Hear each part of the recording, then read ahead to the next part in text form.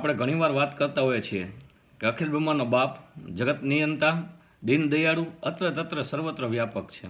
વાત સાચી છે, પણ અમારા મજાદરના દુલા ભગત બાપુ, કવિ કાગ બાપુ એમ કહે છે કે અમુક એવી જગ્યા છે કે જ્યાં મારા દીન દયાળુનો વાસ નથી. એવા દેવ મંદિર કે જ્યાં ફક્ત ગાદીનું જ મહત્વ હોય, જેના રોમે રોમની મહેલ પર સ્વાર્થ રમતો હોય, જ્યાં પૈસાના પૂજારીઓનું, શ્રીમંતોનું જ ખાલી એમ કોઈ કે સ્વાગત હોય, ગરીબ અને ભોળા માનવોને જરાય અહીંયા એમ કોઈ સ્થાન ન મળતું હોય, એ આ દેવ મંદિરની મહેલ પર મારું સ્થાન નથી. અને એટલા માટે કવિ કાગ બાપુ લખે છે કે મૃગ છાલ નહીં એને ગાદી ગમે, એના હૈયામાં વાસ કર્યો હું કમે, એને રોમે રોમે સ્વાર્થ રમે, ભોળા મેલુડા માનવીને જરીએ, જેના સ્થાન કમાય અવકાશ નથી.